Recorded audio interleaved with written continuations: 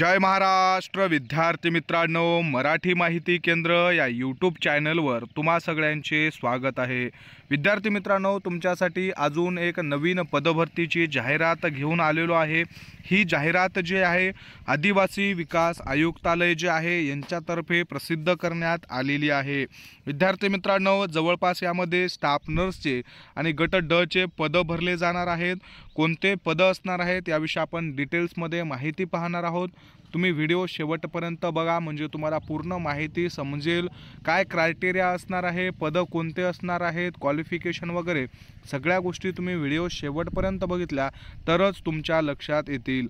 29 मार्च रोजी ही जी PDF आहे ही PDF आलेली आहे। आयुक्त आदिवासी विकास महाराष्ट्र राज्य नाशिक यांच्यातर्फे ही जी PDF आहे ही प्रसिद्ध करण्यात आलेली आहे।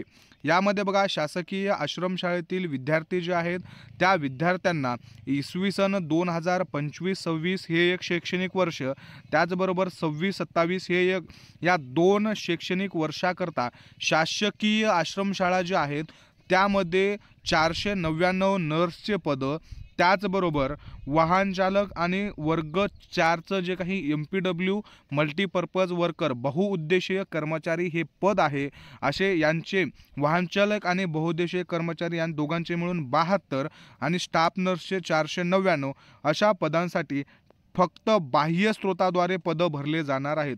परमनंट पदभरती नाहीये, कंत्राटी स्वरूपाची आहे।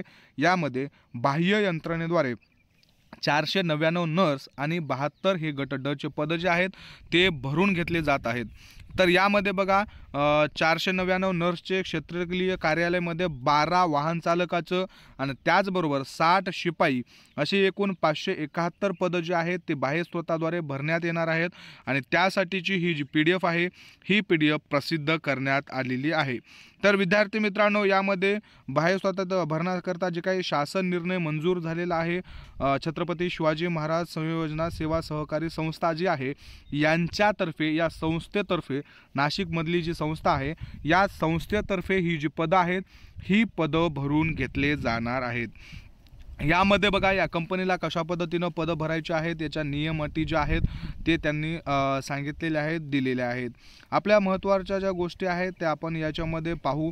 शासकीय आश्रमशाळेतील 499 नर्सचे पद, त्याचबरोबर गट ड चे 72 पद, त्यामध्ये 12 वाहन चालक आणि 60 बहुउद्देशीय कर्मचारी ही आदिवासी विकास कार्यालय व अप्पर आयुक्त कार्यालय आदिवासी विकास यांना तात्काळ उपलब्ध करून देणे बंधनकारक राहील। बघा, हे आदेश त्या कंपनीला दिलेले आहेत की शासकीय आश्रमशाळेत जे काही 2025 पासून सुरू होणार आहे त्या सुरू झालेल्या आणि उर्वरित राहिलेल्या जे काही सुरू होणार आहे 2026 मध्ये अशा टोटल 499 पदांसाठी पदभरती होणार आहे। ह्याच्यामध्ये स्थानिक उमेदवार, बघा, पदभरती करत असताना उमेदवार कशा पद्धतीनं निवडायचे आहेत, तुम्हाला क्वालिफिकेशन काय लागणार आहे, तुमच्याकडे जर हे क्वालिफिकेशन असेल तर तुम्हाला तिथं जे आहे ते प्रेफरन्स दिला जाणार आहे। नर्स शासकीय आश्रमशाळेत नर्स नियुक्त करताना या अटी शर्ती त्या लागू राहणार आहेत। पहिली अट काय आहे की स्थानिक उमेदवार अथवा त्या परिसरातील उमेदवार जे आहेत त्यांना प्राधान्य देण्यात येणार आहे। म्हणजे आता या नाशिकसाठी ज्या पदभरती होणार आहेत, तुम्ही नाशिक जिल्ह्यातून किंवा त्या आश्रमशाळेच्या जवळच्या भागातून जर बिलॉंग करत असाल तर तिथं तुम्हाला प्राधान्य दिलं जाणार आहे। त्यानंतर नर्स ही महिला कर्मचारी असणं बंधनकारक आहे। विद्यार्थी मित्रांनो, हे जे पद आहेत फक्त फिमेलसाठी आहेत, मेलसाठी नाही। जे 499 पद जे नर्ससाठी आहेत ते फक्त फिमेलसाठी आहेत। त्याच्यासाठी मेल जे आहेत ते फॉर्म भरू शकणार नाहीत किंवा त्यांना तिथं घेतलं जाणार नाहीये। मग उर्वरित गट ड चे जे काही 72 पद आहेत, वाहन चालक आणि बहुउद्देशीय कर्मचारी, त्या पदांसाठी मात्र मेल्स फॉर्म भरू शकणार आहेत।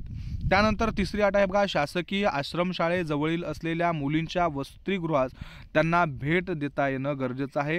त्या कंपनीनं भेट द्यायची आहे आणि त्यानंतर सगळ्या गोष्टी ठरवायच्या आहेत। नियुक्ती केलेल्या कर्मचाऱ्यांना आयुक्तालयाने निर्देश केल्याप्रकारे प्रशिक्षण पूर्ण करणे बंधनकारक आहे। बघा, तुम्हाला तिथं आधी ट्रेनिंग दिली जाणार आहे, त्याच्यानंतर तुमची जॉईनिंग होणार आहे। अप्पर आयुक्त ठाणे नाशिक ठाणे अंतर्गत असलेल्या शासकीय आश्रमशाळा 15 जून रोजी सुरू होतील अशा नर्सची नियुक्ती 1 जूनला करावी। बघा, ज्या आश्रमशाळा आहेत त्यांचं 15 जूनला सुरुवात होणार आहे, अशा आश्रमशाळेमध्ये 1 जूनपासून स्टाफ नर्सची जॉईनिंग होणार आहे। म्हणजे विद्यार्थी मित्रांनो, आता हे एप्रिल महिना आहे, मे महिना एकच राहिलेला आहे आणि 1 जूनपासून म्हणजे फक्त या 1.5 महिन्यामध्ये त्यांना नियुक्ती करायची आहे। त्यामुळं लवकरात लवकर ते जे आहे ती ही प्रोसेस पूर्ण करणार आहेत आणि 25 जूनपासून ज्या शाळा चालू होणार आहेत त्यांना 10 जूनपासून नियुक्ती मिळणार आहे। तर बघा आता याच्यामध्ये त्यांनी कोणते कोणते पदं आहेत, कुठं आहे ते परिशिष्ट अ आणि परिशिष्ट ब मध्ये दिलेलं आहे। तर बघा हे परिशिष्ट अ आहे, याच्यामध्ये त्यांनी संपूर्ण पत्ता वगैरे दिलेला आहे। आदिवासी जे विभाग आहे नाशिकचं, याचा पूर्ण डिटेल्समध्ये संपूर्ण पत्ता आहे। त्याच्यानंतर बघा तुम्हाला पोस्टिंग कुठं मिळू शकते याच्याबद्दल ही जी माहिती आहे ही माहिती देण्यात आलेली आहे। तर जे अ आहे त्या अ मध्ये आदिवासी विकास विभाग जे आहे त्याच्या अंतर्गत नर्स पद 499 भरले जातील। त्याचबरोबर आयुक्त आदिवासी विकास नाशिक जे आहे यांच्यातर्फे वाहन चालकाचे 4 आणि MPWचे 20 पदं भरले जातील। आणि त्यानंतर बघा चौथं आहे आयुक्त ठाणे आणि अमरावती नागपूर कार्यालय जे आहे त्यांच्यातर्फे वाहन चालकाचे 8 आणि बहुउद्देशीय जे कर्मचारी आहे यांचे 40 असे 571 पदं भरले जात आहेत। नाशिक म्हणजे नाशिक डिव्हिजनसाठी ही पदभरती आहे। नाशिक डिव्हिजनमध्ये जवळपास नाशिक, नंदुरबार, अमरावती हे जे आहे हे जिल्हे येतात, त्या पूर्ण जिल्ह्यांसाठी ही पदभरती होणार आहे। परिशिष्ट 2 मध्ये बघा त्यांनी बाकी सगळ्या गोष्टी सेम आहेत। तुम्हाला क्वालिफिकेशन काय लागणार आहे ते दिलेलं आहे। स्टाफ नर्स या पदासाठी ANM डिप्लोमा उत्तीर्ण असणं गरजेचं आहे। तुमचं ANM विचारलेलं आहे, ANM GNM किंवा BSc नर्सिंग जरी झालेलं असेल तरी तुम्ही इथं अप्लाय करू शकणार आहात। पॅरामेडिकल काउन्सिलिंग रजिस्ट्रेशन विषयी नर्सिंग काउन्सिलिंग विषयी त्यांनी काय तिथं दिलेलं नाही आहे। जर तुमच्याकडे असेल तर चांगली गोष्ट आहे, नसेल तर लवकरात लवकर काढून घ्या। या पदभरतीसाठी जरी लागत नसेल तर विद्यार्थी मित्रांनो लवकरच महाराष्ट्र शासनाच्या DMER असेल, सार्वजनिक आरोग्य विभाग असेल किंवा महानगरपालिका असेल अशा जवळपास पदभरत्या येणार आहेत आणि या परमनंट पदभरत्या असतात आणि या पदभरत्यांमध्ये मात्र तुमचं कोणतंही क्वालिफिकेशन असेल, स्टाफ नर्स असतील, तुमचं पॅरामेडिकलचा एखादा कोर्स असेल, टेक्निशियन असतील, एक्सरे टेक्निशियन असतील, BAMS असेल, BHMS असेल, या सर्व कॅटेगरीचे फार्मासिस्ट असतील, या सर्वांना काउन्सिलिंग रजिस्ट्रेशन कंपल्सरी असतं। मेडिकल फील्डमध्ये जेवढे काही घटकाचे पदं येतात सगळ्या पदांसाठी काउन्सिलिंग रजिस्ट्रेशन असतं, ते काउन्सिलिंग रजिस्ट्रेशन कंपल्सरी आहे। तुम्हाला सार्वजनिक आरोग्य विभागामध्ये तरी डॉक्युमेंटसाठी थोडासा वेळ दिला जातो, पण DMER कशाही पद्धतीचा वेळ देत नाही। त्यामुळे तुमच्याकडे सध्या वेळ आहे। 1 एप्रिल 2025 पासून नवीन आर्थिक वर्षाला सुरुवात झालेली आहे। त्यामुळे तुमचे जे काही आधीचे सर्टिफिकेट असतील ते 31 मार्चला एक्सपायर झालेले आहेत। त्यामुळे आता तुम्ही नवीन जे डॉक्युमेंट्स आहेत ते सुद्धा प्रिपेअर करा, काढून घ्या आणि अभ्यासावर सुद्धा फोकस ठेवा, जेणेकरून तुम्हाला जे आहे ते नंतर पदभरती निघाल्यानंतर काही प्रॉब्लेम येणार नाही। वाहन चालकासाठी 10वी पास आणि वाहन चालकाचं जे काही परवाना आहे, जे ड्रायव्हिंग लायसन आहे ते कंपल्सरी आहे। त्यानंतर MPW साठी 4थी पास असणं गरजेचं आहे। वाहन चालक आणि बहुउद्देशीय कर्मचारी यांचं वयोमर्यादा पदांसाठी असणार आहे लोअर एज लिमिट 18 आणि अप्पर एज लिमिट 45 वर्ष। बघा विद्यार्थी मित्रांनो, ही PDF मी तुम्हाला आपल्या टेलिग्राम चॅनलला देतो, तिथं जाऊन तुम्ही कोणत्या जिल्ह्यासाठी किती पदं असणार आहेत याच्याविषयी पूर्ण माहिती घेऊ शकता।